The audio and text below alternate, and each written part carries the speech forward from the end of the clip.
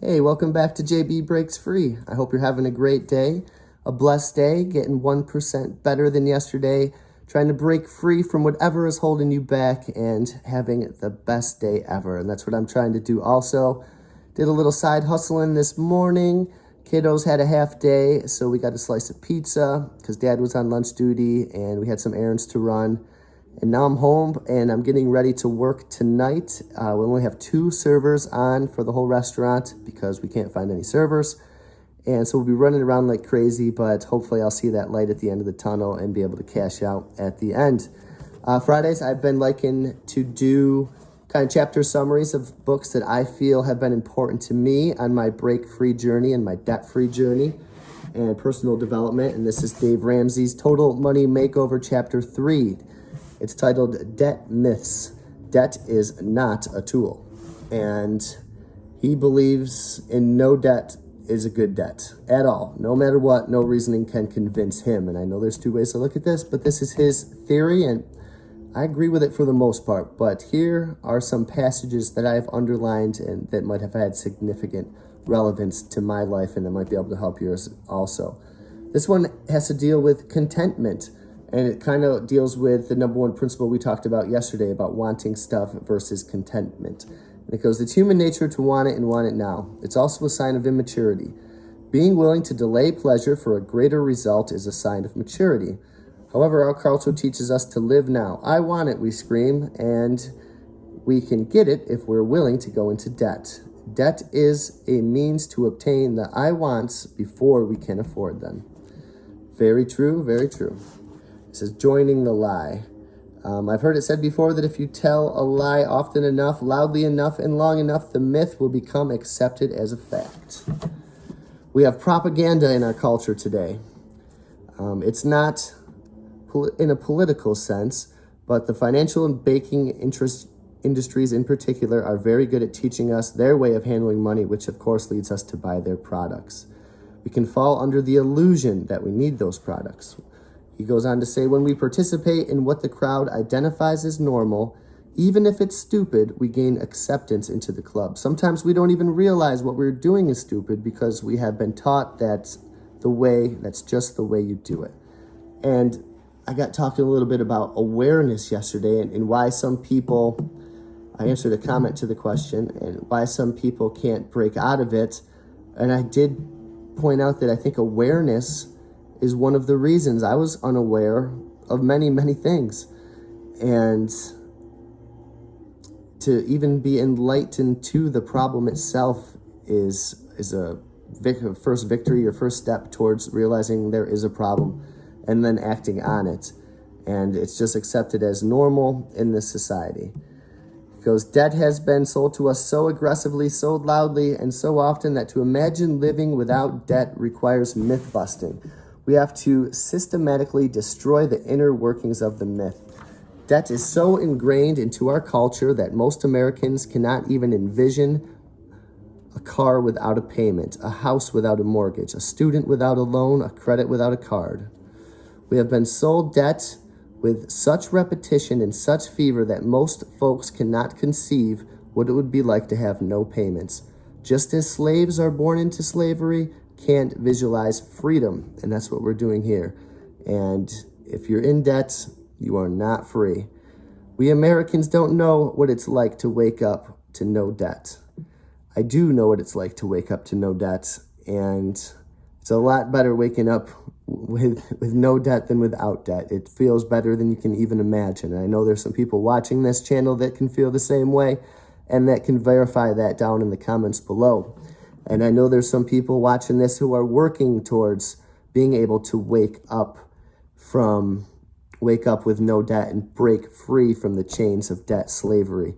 And they can tell you how good it feels to be working for it. And there might be some people watching this who are just finally becoming aware that debt is not a tool and debt is not going to serve you. There's a myth. Debt is a tool that should be used to create prosperity. He says the truth. Debt adds considerable risk. Most often it doesn't bring prosperity. Most often, it doesn't say never, but this is his thing. And it isn't used by wealthy people nearly as much as we are led to believe. We can buy a home, a car, start a business, or go out to eat and not be bothered with having to wait. Waiting is key. Think, wait, and fast. Those are three lessons from the book Siddhartha. Wait, think, and fast. Wait, think it over. Do I need this? And fast. Refrain from it. My contention is that debt brings on enough risk to offset any advantage that could be gained through the leverage of debt. Given time, a lifetime risk will destroy the perceived returns purported by the mythsayers. So he says over time, like, yes, you can make moves using debt, but he believes that the risk involved is not worth it, because if something happens and you have that debt still, bad news. He goes, according to Proverbs 22:7, I love this line, the rich rule over the poor, and the borrower is slave to the lender. Those are the words of God, and the borrower is slave to the lender. The borrower is not free, and what we do here is we break free.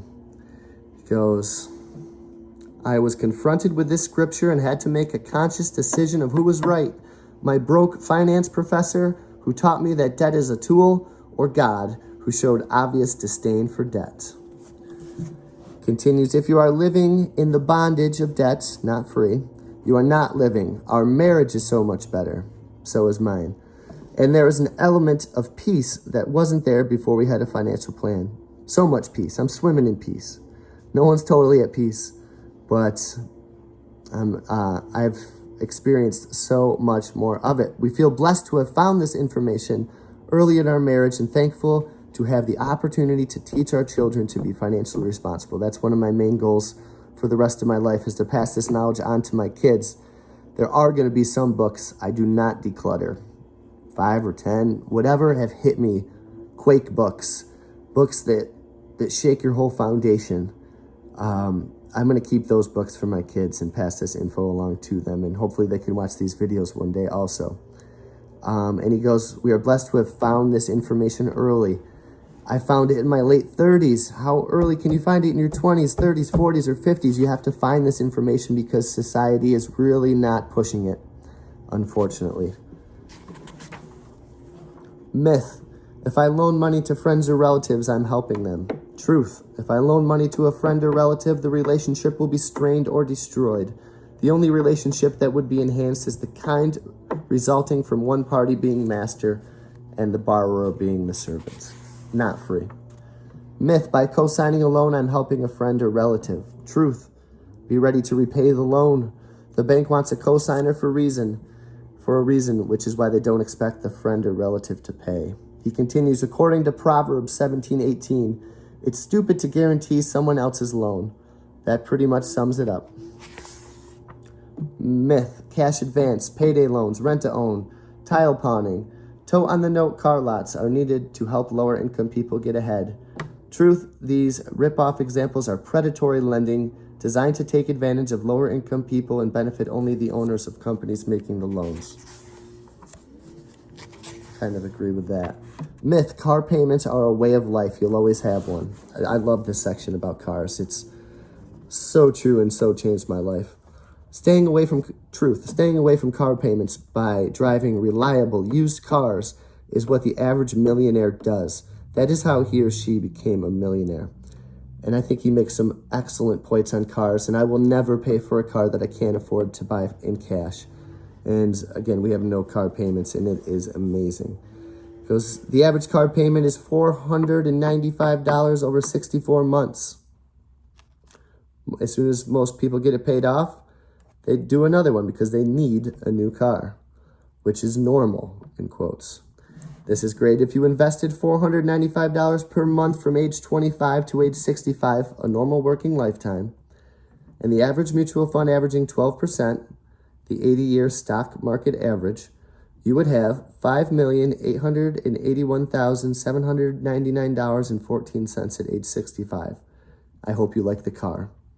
Even if he's off for a little bit, that is tremendous. Car payments keep the middle class and lower class poor. Break free from those car payments. It will change your life. In just 30 months or 2.5 years, you can drive a paid for $15,000 car, never having made a payment and never having to make payments again. Myth, leasing a car is what sophisticated people do.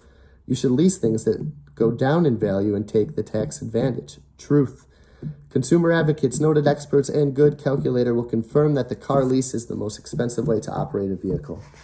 Not a big fan of lease. We bought our one car outright, and then before we learned about this system, my wife was in a lease already with hardly any miles at all. I mean, nowhere. And we just decided the cheapest, most reliable, newest option that we had was just to pay for the rest of the car in cash, and that's what we did. Myth, and we'll never lease again. Myth, you can get a good deal on a new car at 0% interest. Truth, a new car loses 60% of its value in the first 4 years. That is not 0%. Myth, you should get a credit card to build your credit. Truth, you won't use a credit card with your total money makeover, except maybe for a mortgage, and you don't need a credit card for that. We don't use credit cards. I am curious to explore like travel rewards and points miles, but we just keep it pretty simplified. We have a debit card and no mortgage. Myth, you need a credit card to rent a car, check into a hotel, or buy online. Truth, a decent debit card will do all that, and that is what we have. Myth, the debit card is more risk than a credit card. Truth, nope. Myth, make sure your teenager gets a credit card so he or she will be able to learn to be responsible with money. Truth, getting a credit card for your teenager is an excellent way to teach him or her to be financially irresponsible. That's why teens are now the #1 target of credit card companies. I will teach my kids, stay away from credit, save, invest, and save at least half of what you make, invest the rest. Debt consolidation saves interest and you have one smaller payment. Truth, debt consolidation is dangerous because you only treat the symptom. And that is it. And he just sums it up. Debt is not a tool. And he went through about 30 pages there talking about how debt is not a tool. And I hope you guys get some use from this video. Like, share, and subscribe. And I will see you on the next video. Break free from debt.